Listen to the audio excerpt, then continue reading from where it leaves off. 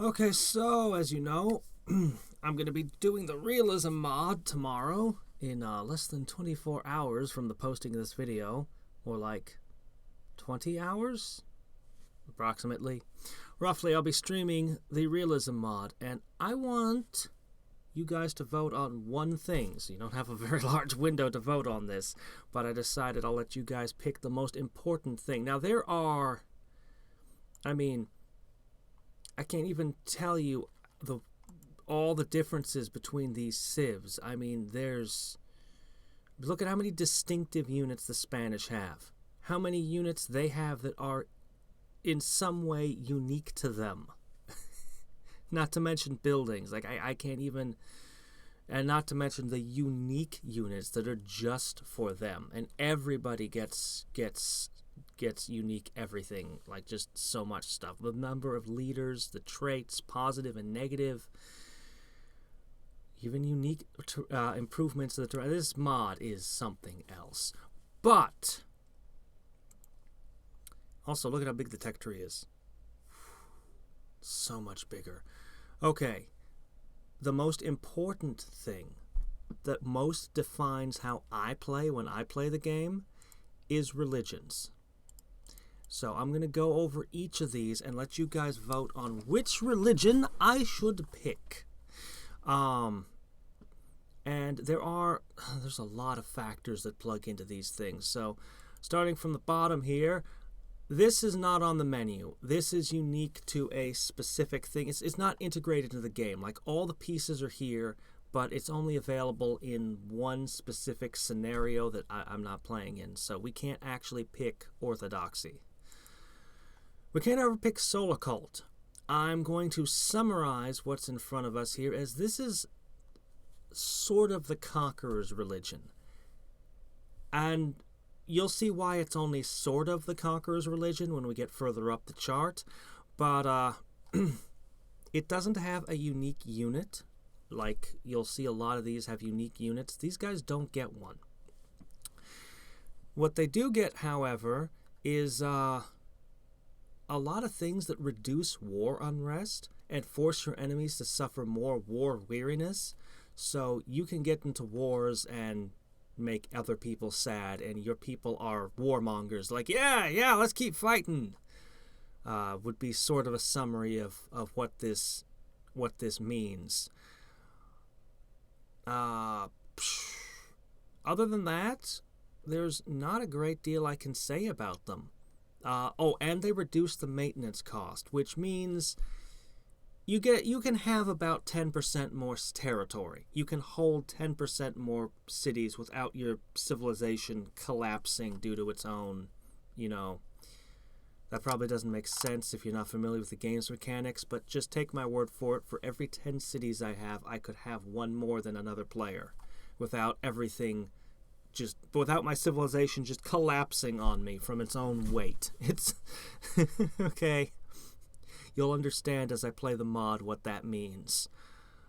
So that's Solar Cult. They are one of the earliest options. Really quick here. Where's Solar Cult? Okay. Zoroastrianism, Hinduism, Judaism, Taoism, Buddhism, somewhere around here, Solar Cult's hanging out. They're one of the earliest ones. Being an early game religion means that you can have it from the start, obviously, if you can get it, meaning it will shape the game from the very beginning. But there are drawbacks to being an early religion. They all tend to spread very slowly. Like, it's difficult to convert people to the Solar Cult.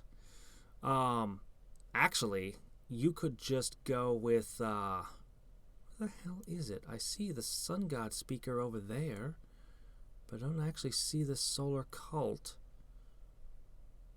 I'll find it later. It's in here, I assure you. If you look around, you'll find it. Where were we? Of course it doesn't. Oh, here it is. It's linked to the calendar. That makes sense. When they can predict seasons and things. Anyway, So they are slow. Actually, believe it or not, you can skip the world religions entirely. You can get pretty far on paganism. Paganism actually has unique world wonders to it, and then just jump straight to more or less atheism if you wanted. You can build that way. Um, each religion has unique world wonders and really changes the play style. Like I pick my civ based on what religion I'm playing as. Okay, Taoism. Taoism is actually a really weird religion. In fact, it's the only one I'm going to specifically veto. Because you see you don't get happiness from 4 different resources if this is your state religion. I want to play a conqueror. Well, I even when I play for a cultural victory, I still want a lot of territory. It's the way I like to play. This is really, really good when you're a small, isolated nation that doesn't trade a lot. Like, if you don't have a lot of resources, this is an excellent religion. In fact, it's actually kind of dynamite. It gives, as the base temple gives +2 happiness. And as you work your way up, you get huge bonuses to your great person birth weight. And you get chi savants, which it doesn't show it, but they found a building in your city that gives huge bonuses to health and happiness. They basically they can offset this, and they're pretty good.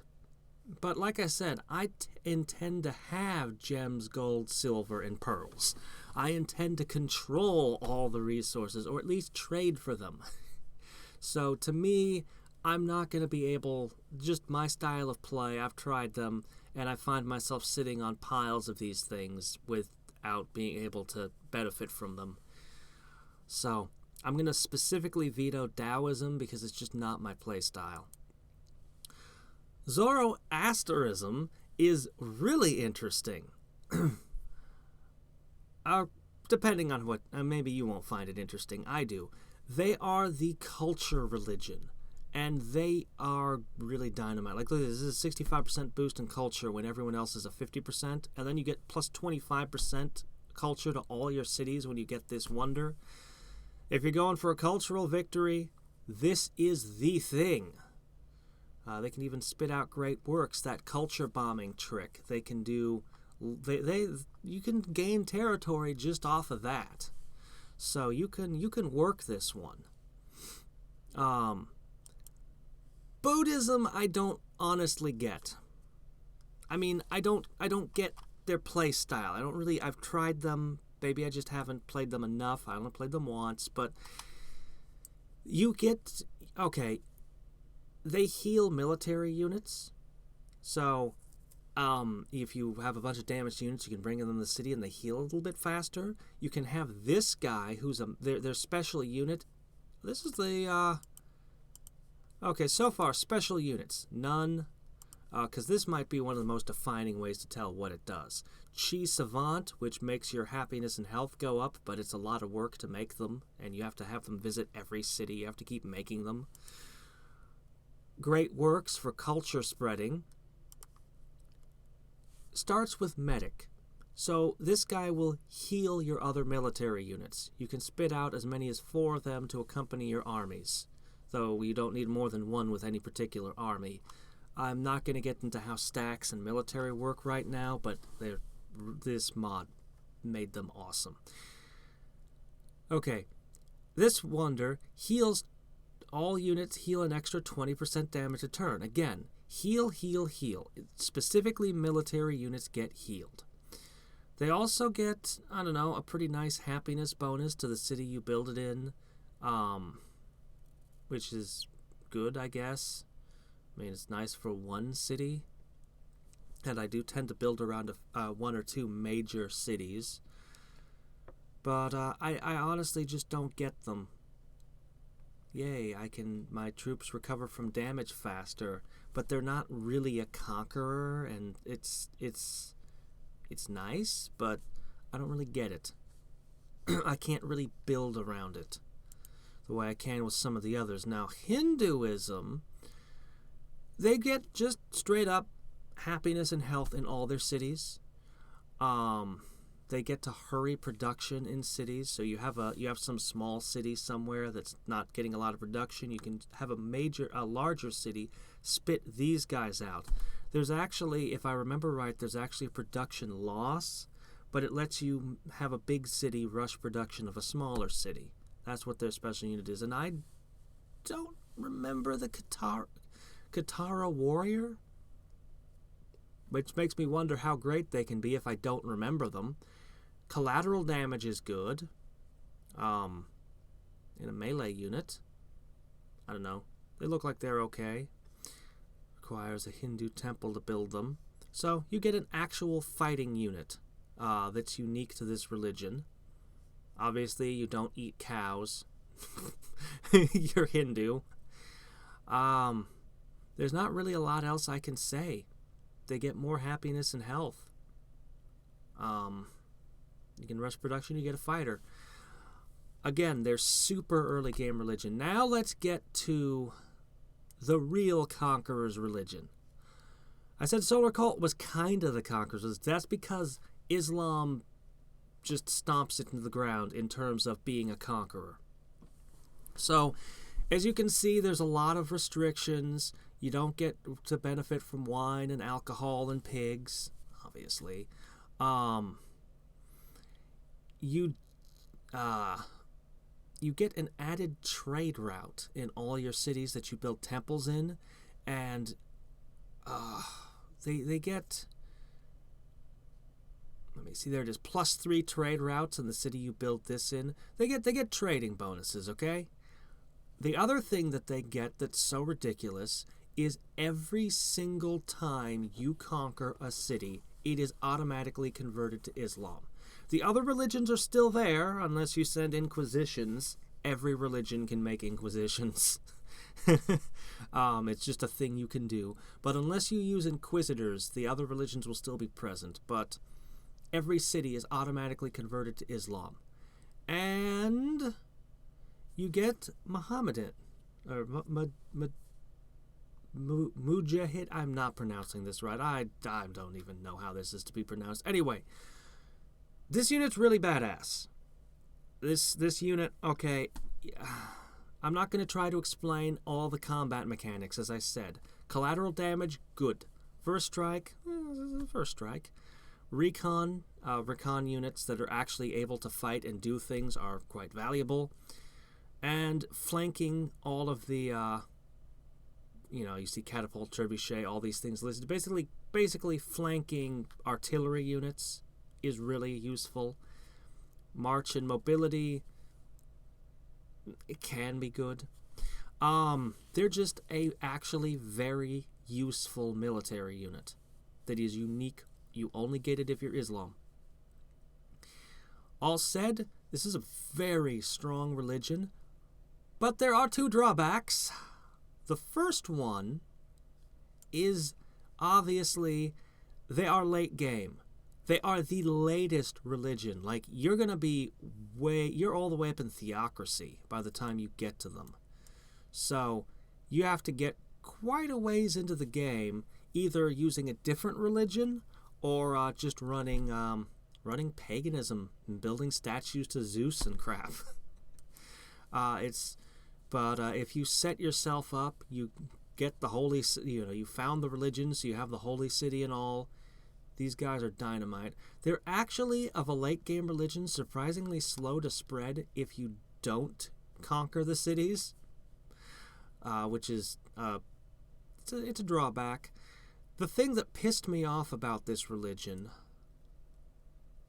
it will be somewhere written into here, I think, but the big thing is when you conquer a city, it's converted for free. That's what I was playing them for. I was like, yes, I am doing this thing.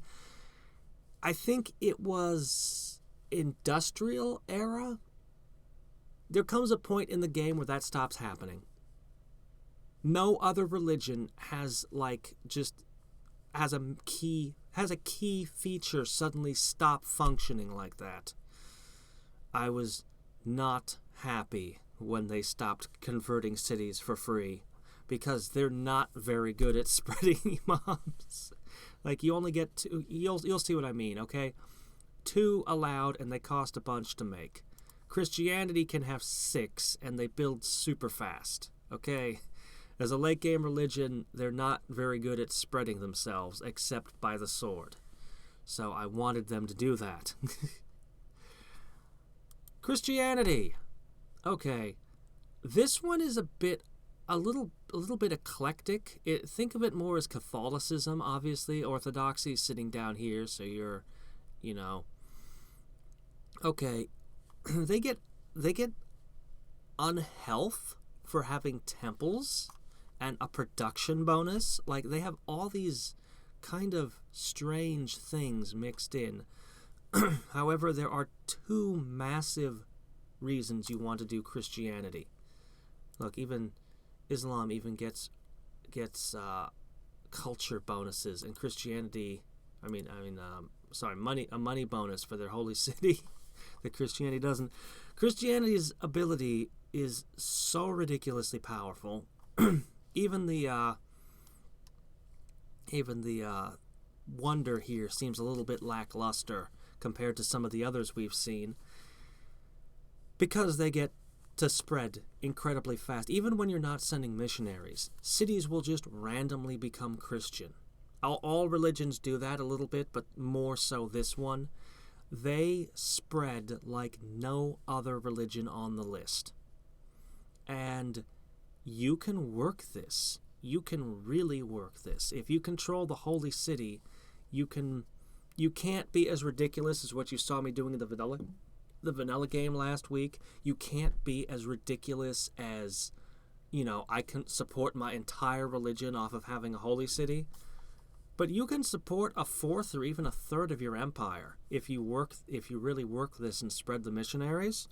Also, you're going to convert quite a few if you're doing it right. You should be converting several of the other world leaders to Christianity, which religious wars are a thing. Like, it has major impacts on diplomacy. This is the religion that you're most guaranteed to be able to make friends with, while also getting massive amounts of money off your pilgrimages to your holy city. The second advantage is the Crusader. Okay, these guys might not look like much, but in my experience, I don't see it listed. It starts with religious. I saw some others that did that. Anyway, in my experience, these guys were super badass, super fragile. They were easy to get wiped out, but they were the most useful military unit you got off of a religion. Now, I will admit, most of my time playing the mod was before they put a patch out 2 years ago. They added in a couple more civilizations and other things, and they rebalanced a bunch of stuff. And it might be that religious... Let's see. You don't start with religious. You do. It might be that these guys can do the same thing that these guys do, which would make Hinduism quite a bit stronger on a whole. But anyway. Yeah. They just spread like crazy, and they give you a really strong military unit. You can easily get your entire empire Christian way faster with a lot less effort than these others, and then spread abroad to everybody else that you can. And lastly, we have Judaism. Now, they've got a bunch of restrictions again, but this one's interesting because it gives you trade boosts like Islam does, although a little bit different mechanics on it. Their temples produce money just passively, automatically, 1 apiece, and then they get science. They get science bonuses, schools, and they're just really solid. I personally don't care much for the Diaspora Merchant. I don't really have a use for this unit, like I do some of the others. I guess I could use them to explore, but I don't really do the trade mission thing so much. They're very slow to spread. That's probably their biggest weakness. But the religion bonuses, they're actually one of my favorites to play as.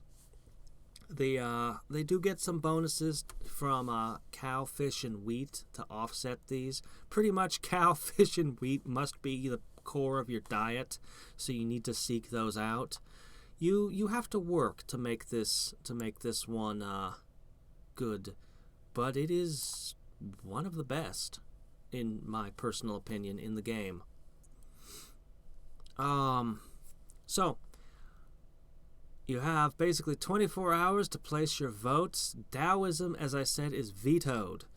All of these others are viable, and depending on which one you pick is which civ I'm going to play at, is what civ I'm going to play as, and a lot to do with how I'm going to play the game. What techs I'm going to be running towards, whether I'm going to be going more cultural or more, conquest, or, just lots of different things. Their science boost cannot be understated early in the game. Their World Wonder puts this for free in every city that you have, which, it's good stuff. These are all interesting, and honestly, I like playing pretty much all of them. I even like playing as, well, even though it's against my style, I even enjoyed playing around with Taoism. It was interesting. So, pick one. Don't say one or, don't say this one or that one, or start Solar Cult, then go no, pick one. I'm going to basically focus on building around it.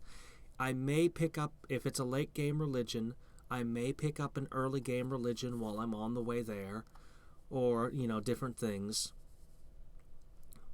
Also, don't pick paganism. If you pick one of the late game religions, I might use paganism for a long time too, but don't try to pick that as what I'm building around. I'm trying to limit the choices down so we don't have, too much. Honestly, this is probably too many religions already, too many options. I'm likely to see people voting, I'm likely to see one on this, one on that, one on this, one on that, and nothing definite. Particularly since I didn't put this video out 3 days ago when I should have. I was busy, okay? Alright, that's all. Vote away! And see you tomorrow.